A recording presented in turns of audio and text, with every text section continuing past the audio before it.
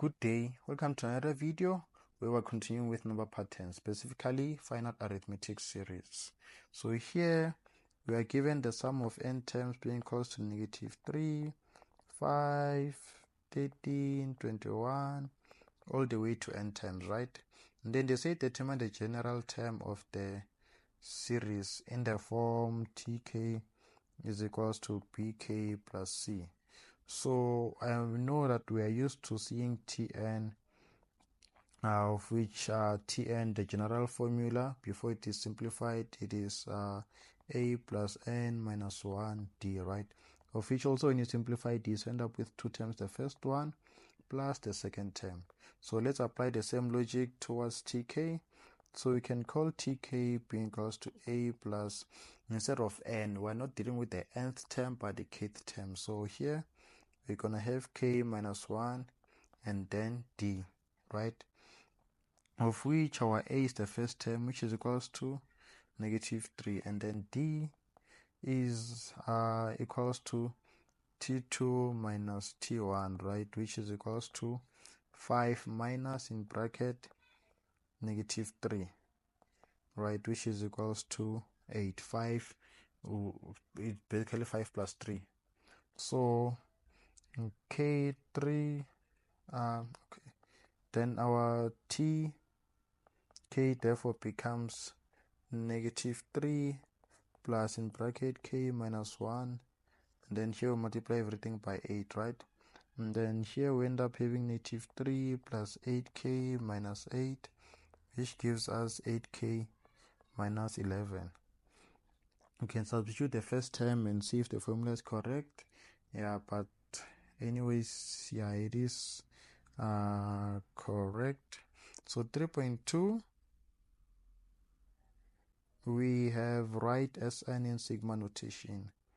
Okay, so writing Sn in sigma notation, we know that the sigma notation we uses the sum, right? We uses the sum symbol, and then here we have our first term, right? Our first term in this case is going to be n equals to 1, and then at the top we have our last term, which is going to be n in our case, since they said what in the question, all the way to n terms. But then if the last term was the 100th term, instead of n we'd have 100 at the top. Yeah, we'd basically write 100 instead of n. So here we have tn, right? We have tn, and then instead of writing tn, we know what tn is. Here we write 8 instead of 8k, 8n minus 11. Since you see now they decided to move back to n, which we are used to, so you're gonna write it as 8n minus 11. You can't write k when the terms themselves are n is equals to 1 and n is equals to, and the last one being n. So the reason we changed is that they now speaking about Sn, but when they speaking about Sk, we'd have k, k, and then k again, like throughout. So here, okay, 3.3, they say show that Sn is equals to 4n squared minus 7n. Okay, Sn is equals to 4n squared minus 7n. So here, what we have is basically the same as tk is equals to bk plus c. This is simplified, so is this one here. Because yes, we know the general one is our n over 2, 2a plus in bracket n minus 1 d, right? This is before it is simplified, this right here. So here we're gonna have our n over 2, and then we know our a, right? 2. What was our a? Our a was -3, right? Plus n minus 1, and then our difference was 8, right? Okay, and then let's simplify this. So here we end up with n over 2, in bracket this will give us -6, and then we multiply out here, we're gonna get 8n minus 8, right? And then from that we therefore have n over 2 and then 8n, add like terms together, we get negative 14. So here we end up with, when you multiply out, you're gonna get 4n squared, right? 8 over 2 is 4, and then n times n is n squared, and then minus 14 divided by 2 will give you 7, but then we have n at the top, therefore 7n. So we're able to prove 3.3. Okay, so now to the last question, 3.4. So 3.4, they are saying another sequence is defined as Q1 all the way to Q5, right? Of which they then say write down a numerical expression for Q6. So apologies, this one I'm gonna have to write it right here at the top so that we can easily follow through. Okay, so they say write down the numerical expression for Q6. What we notice with Q1, Q2 all the way to Q6 is that all the time, all the way to Q5 I mean, all the time they just add another number which is basically a number of an arithmetic series, right? Like basically for us to then be able to have 5, for example, for us to be able to have 5, to have 13, to have 21, it is basically these very numbers here that we had in our arithmetic series, in our arithmetic sequence right at the top. So they just keep on adding those numbers. So our Q6 will just be -6 minus 3 plus 5 plus 13 plus 21. And then when you substitute into that formula that we had 8k minus 11, we know as well also by just looking here, we know that the difference all the time is 8. So here we're gonna have plus 29.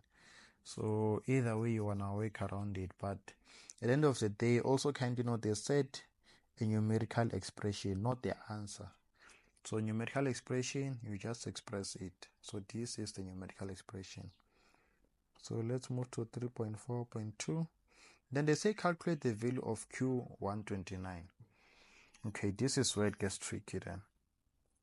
Q129. Now they want the value, not an expression. So you must find the value at the end of the day. So let's think about it now.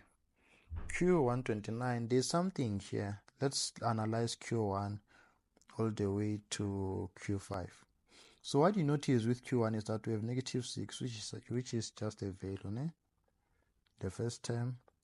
And then second term, from second term all the way forward, what you notice is from this 3 here, this 3 matches with that 3 over there, right? And then the 5, and then 13, and then 21.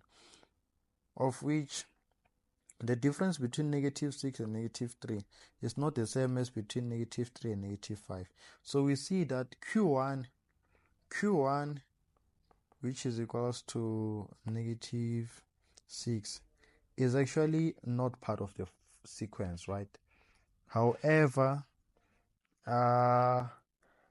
it is actually the first term of our summation. So here the best way for us to solve this, basically Q129 is equals to this excluded value, which is what Q1, which is on the side as I'm saying, and then plus the other one, we can call it what? We can call it okay, here plus S128. I hope this makes sense. What we're doing here is this first value Q1 is not part of the sequence, right? But then it is there. So let's say the other values, when you add them together, they give you 1000. So it's going to be 1000 minus 6, which is 994. So that is what we are actually supposed to do. I hope that really makes a lot of sense.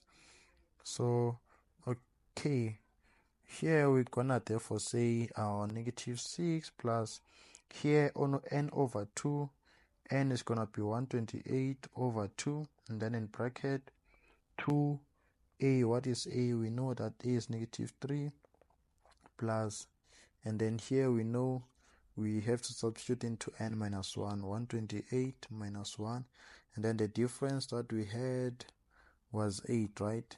Then you can just punch this into the calculator. It's negative 6 plus 128 over 2, and then 2 in bracket negative 3 plus the other one times 8, okay, which gives us 64,634.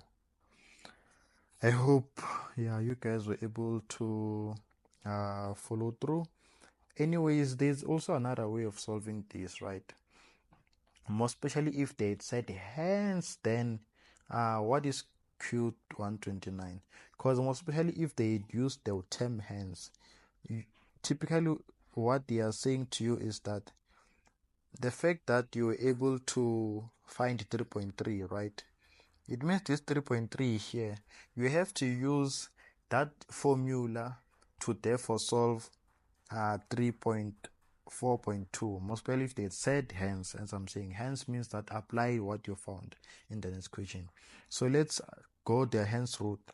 So obviously Q1 we've noted is not part of the formula, right? Is not part of the formula, but then it's basically not part of the sequence. We therefore say Q1 plus that 7n squared, no 4n squared, sorry, minus 7n, right? Yes, 4n squared minus 7n, which will basically be negative 6 plus 4, and then here we're gonna say this n here as well is not gonna be 129, it's gonna be 128, since basically it's like our formula starts from the negative 3, not from the negative 6. So here we're gonna have 128 squared minus 7, 128. So let's also substitute this. It should give you the same answer as that one. Okay, we get the same 64,634. So thank you guys for watching the video till the end. I will be uploading more videos, and kindly stay tuned, comment, like, share, and subscribe on what you'd like me to comment on, any feedback on my tutoring skills. Thank you.